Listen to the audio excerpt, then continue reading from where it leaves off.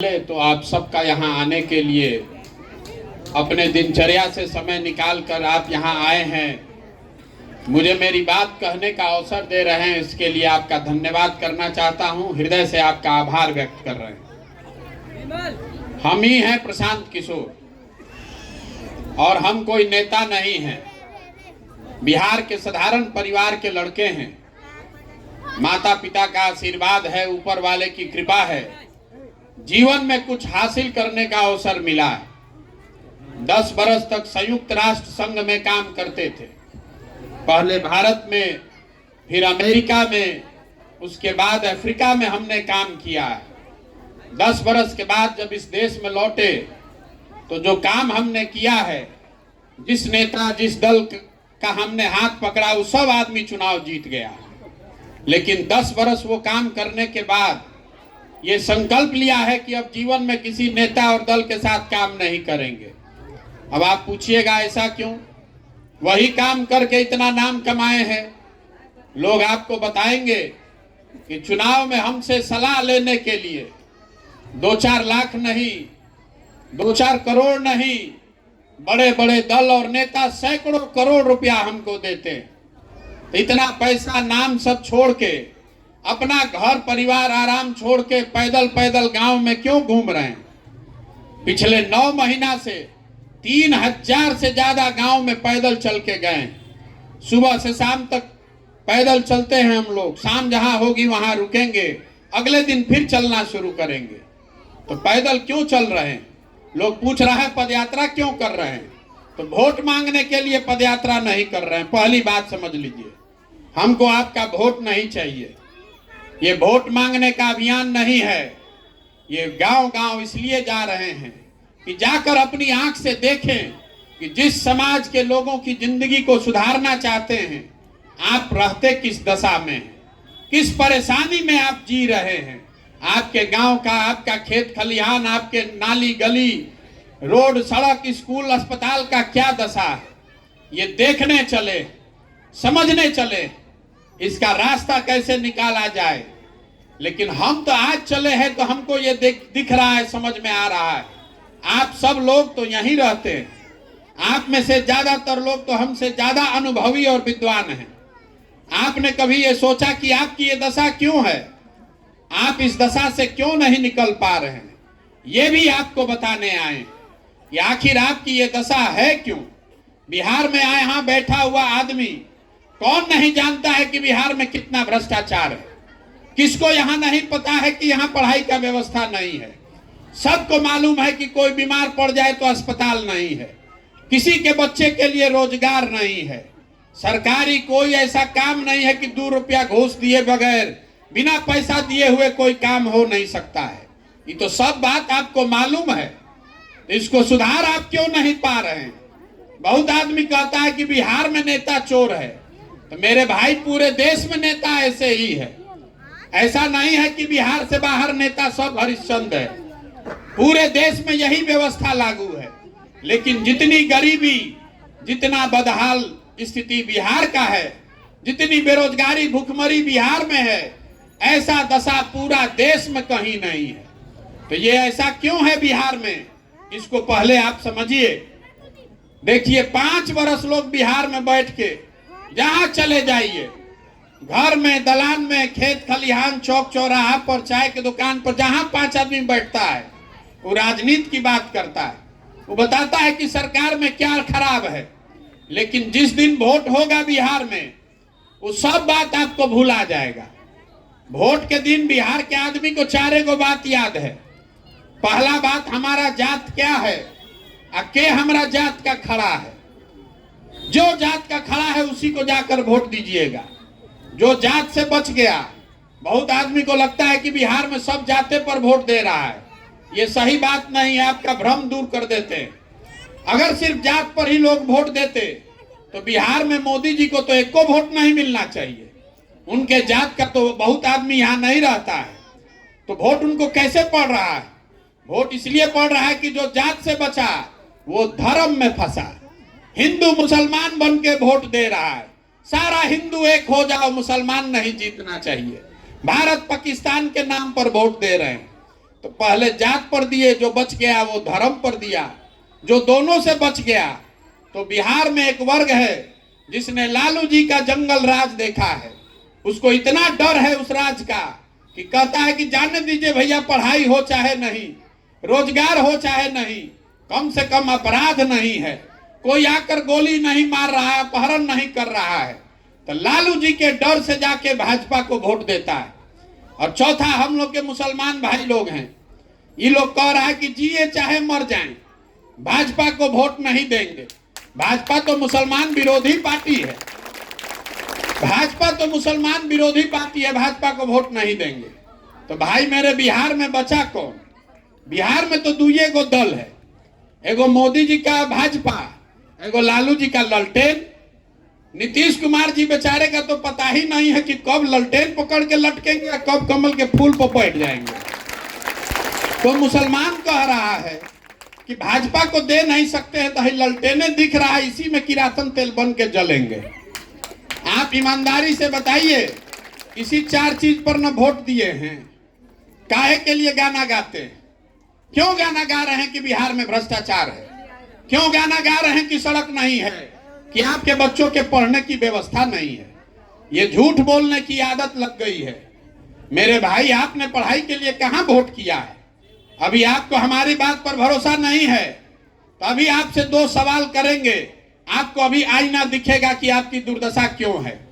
सबको जवाब देना है, हाँ चाहे ना, हाथ उठा के। 3000 गांव में हम ये सवाल पूछे हैं, आपसे भी पूछने आए। यहाँ जितने लोग आप आए हैं, आप बताइए, आपकी समझ से बिहार में और कुछ हो चाहे नहीं, सभी के बच्चों के पढ़ने की व्यवस्था होनी चाहिए कि नहीं होनी चाहिए? सब लोग सोच के बताइए, पढ़ने की व्यवस्था होनी चाहिए कि नहीं होनी चाहिए? सब लोग अभी बोला है, हम नहीं बोले हैं। आपने बोला है कि सभी के बच्चों के पढ़ने की व्यवस्था होनी चाहिए। आप ये क्यों बोल रहे हैं? ये इसलिए बोल रहे हैं कि आपको मालूम है, जो डॉक्टर साहब आपको समझा रहे थे, कि अगर आपके बाल बच्चे पढ़ लिख जाएं तो उससे आपका जीवन सुधर सकता है। तो जरा अब उन्हीं बच्चों का चेहरा याद कर लीजिए। सब लोग अपना अपना बच्चे का चेहरा याद कीजिए और अपने बच्चों के नाम पर ईमानदारी से बताइए, यहाँ जितने लोग आए हैं, कोई एक आदमी जिसने अपने बच्चों के पढ़ाई के लिए जीवन में वोट दिया है, बताइए।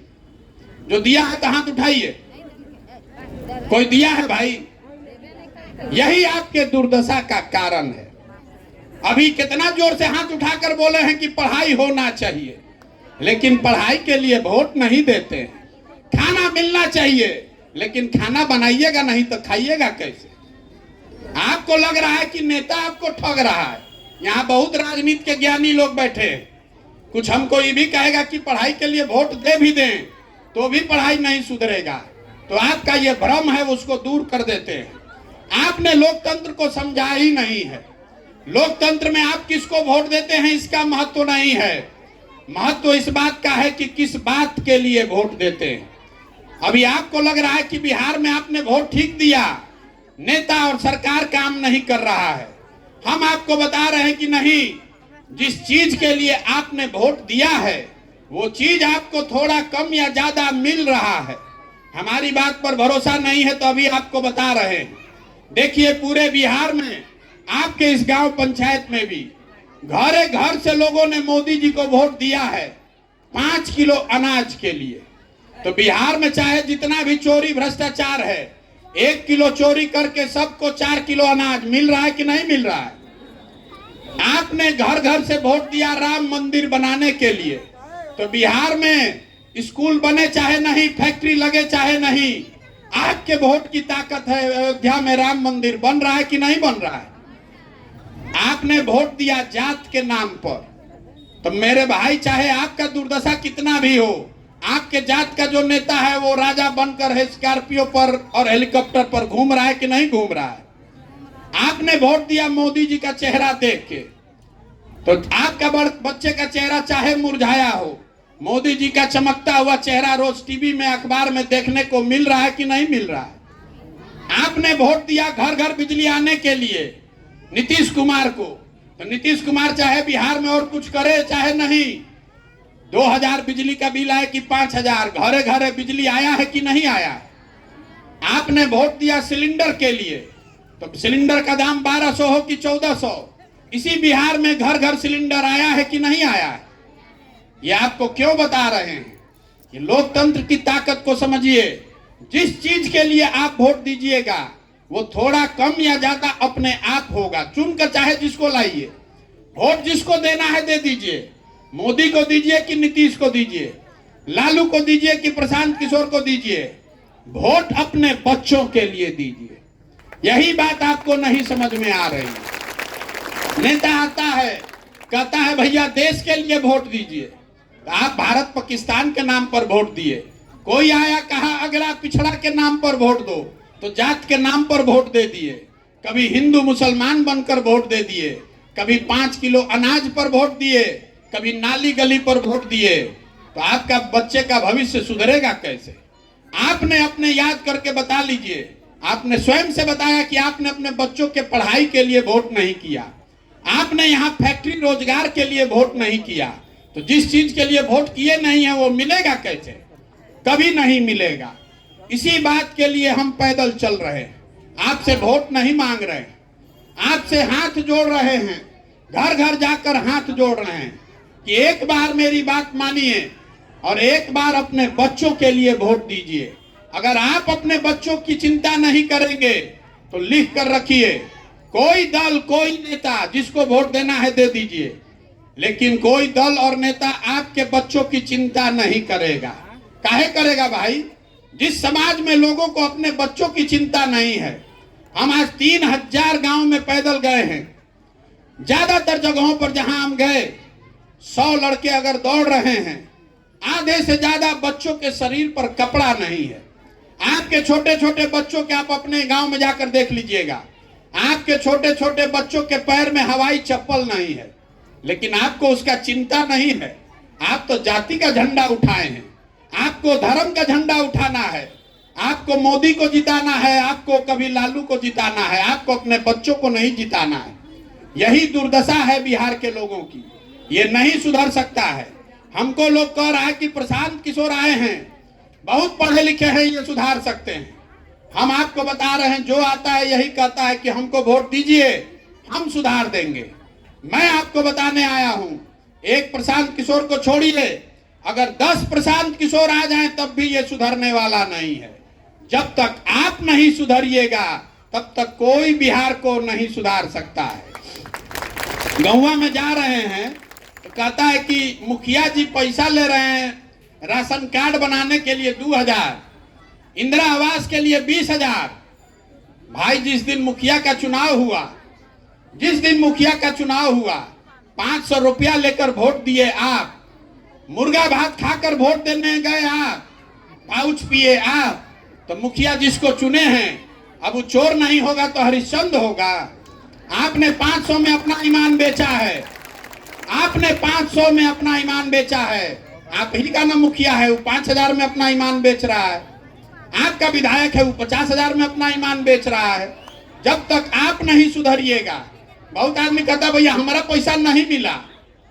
अरे आप अगर पैसा पर नहीं बेचे तो जात के नाम पर बेचे होंगे वोट, जात पर नहीं बेचे होंगे तो 5 किलो अनाज पर बेचे होंगे, कुछों पर नहीं बेचे होंगे तो देश के नाम पर, भारत पाकिस्तान पुलवामा के नाम पर बेचे होंगे।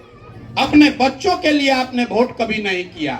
यही समझाने आए हैं कि एक बार मेरी बात मानिए। पूरे दुनिया में जितने लोग विद्वान हैं उन्होंने गरीबी से निकलने का 3 ही रास्ता बताया है। पहला रास्ता है पढ़ाई, अगर आपका बाल बच्चा पढ़ जाएगा तो आपका जीवन सुधर सकता है। दूसरा रास्ता है जमीन, अगर आप पढ़े लिखे नहीं हैं, आपके पास जमीन हो तो खेती किसानी करके भी आप अपना जीवन सुधार सकते हैं।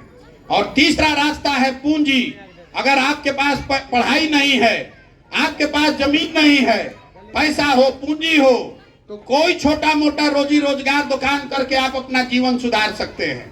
बिहार में आप देखिएगा तो ज्यादातर लोगों के पास ये तीनों में तीनों चीज नहीं है। आपके बच्चे जो पढ़ने जा रहे हैं वो पढ़िए नहीं रहा है, पिलुआ वाला खिचड़ी खा के घरे आ रहा है। आप में से कुछ लोग हैं बड़ा होशियार समझ रहे हैं कि हम अपने बच्चे को प्राइवेट में पढ़ा रहे हैं, कोचिंग करा रहे हैं।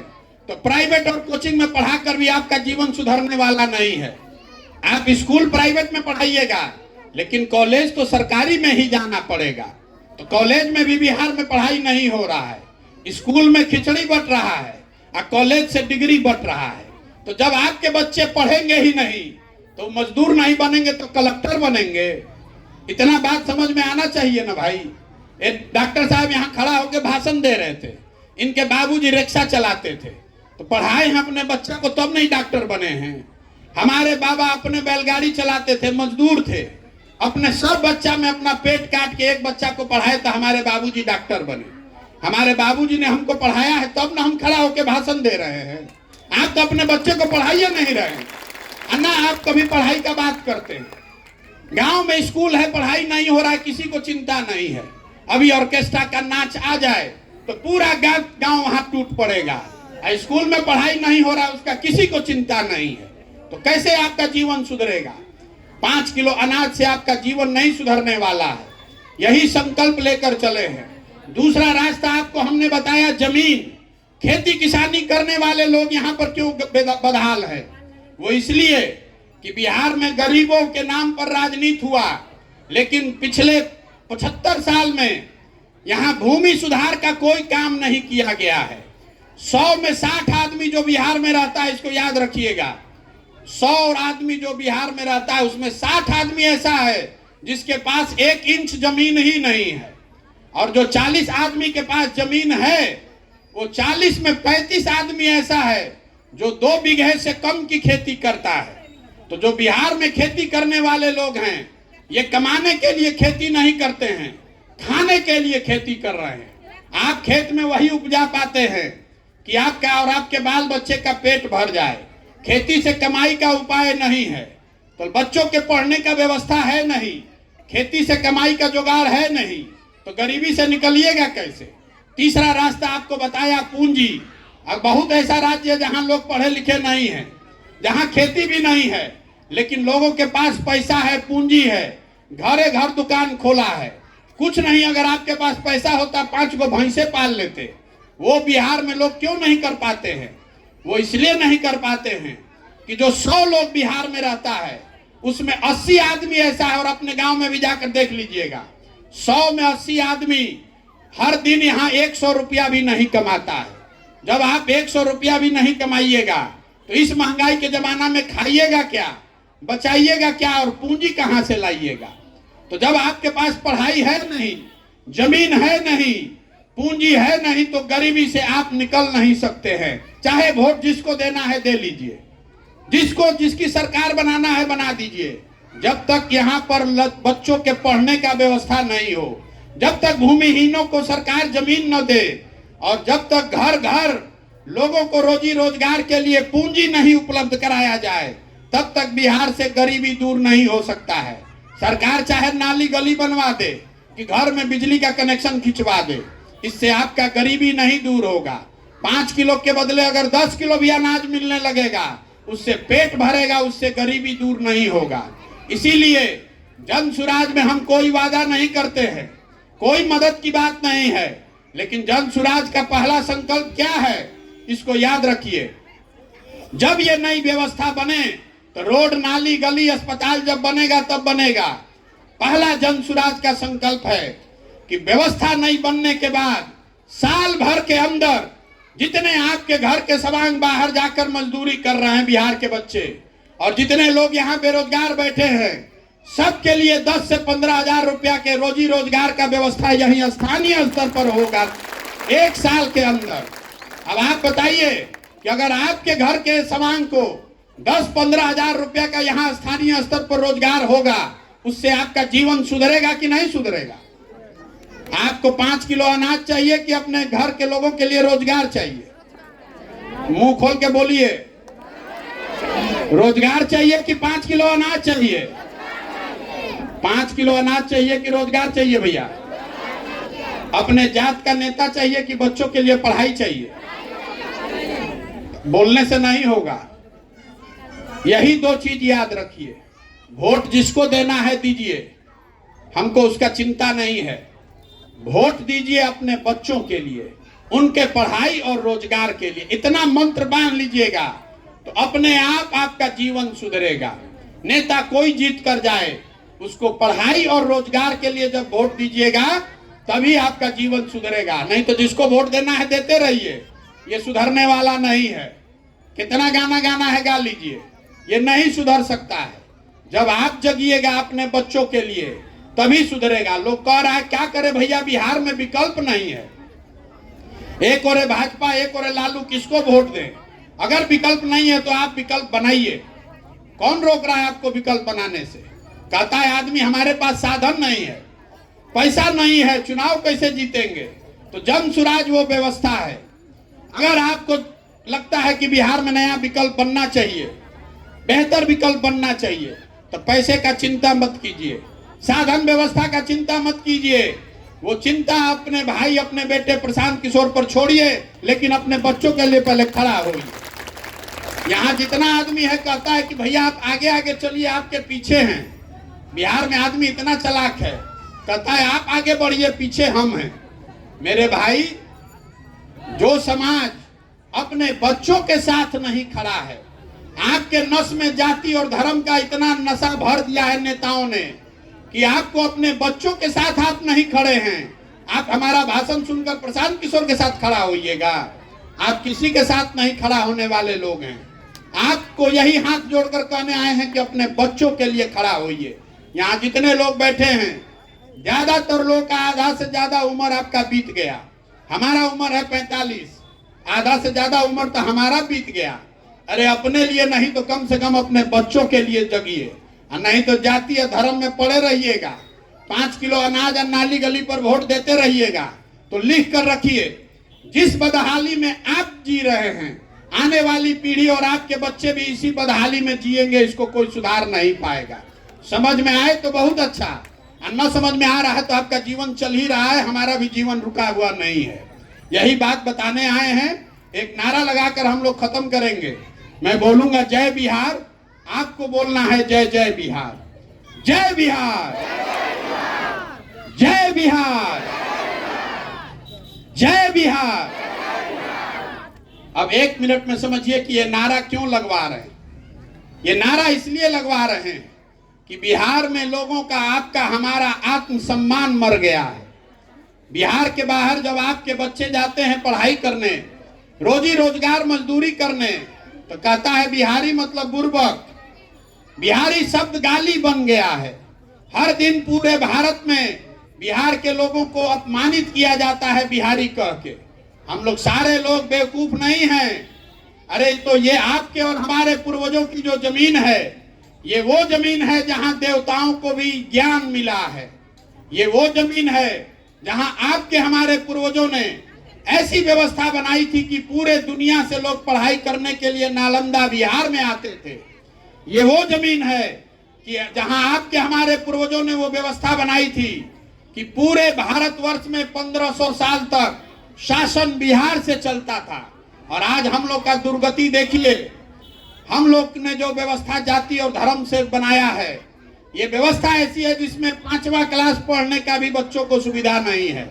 और आपके हमारे घर के सवांग को, बच्चे को 10,000 15,000 रुपया के रोजी रोजगार मजदूरी के लिए पूरे भारत में घूमकर ठोकर खाना पड़ता है, गाली सुनना पड़ता है। इसको सुधारिए। ये अपने लिए नहीं तो अपने बच्चों के लिए सुधारिए। संकल्प लीजिए, आधा पेट खाइए लेकिन बच्चों को पढ़ाइए। आपने अपने बच्चों को मजदूर बनाने के लिए नहीं पैदा किया है, और अगर मजदूर बनाने के लिए पैदा किया है तो रोना रोना बंद कीजिए, फिर जीवन भर ऐसे ही बिताइए। एक ही उपाय है, बच्चों को पढ़ाइए। पढ़ाइएगा तभी आपके जीवन, बच्चों का जीवन सुधरेगा। और जो पढ़ लिख गया है उसको रोजगार मिलेगा तब सुधरेगा। ये सब का चाबी एक ही है। जिस दिन वोट देना है उस दिन सजग होइए, और नहीं आंख बंद करके नाली गली पर वोट दीजिएगा, हिंदू मुसलमान के नाम पर वोट दीजिएगा, अगर आप पिछड़ा जाति धर्म के नाम पर वोट दीजिएगा तो इसी कुचक्र में हमेशा फंसे रहिएगा। कोई आपको निकाल नहीं पाएगा। निर्णय आपको करना है, बच्चों का भविष्य आपका फंसा हुआ है। अगर आप नहीं खड़े होंगे तो दूसरा कोई आपके लिए खड़ा नहीं होगा। बहुत बहुत धन्यवाद।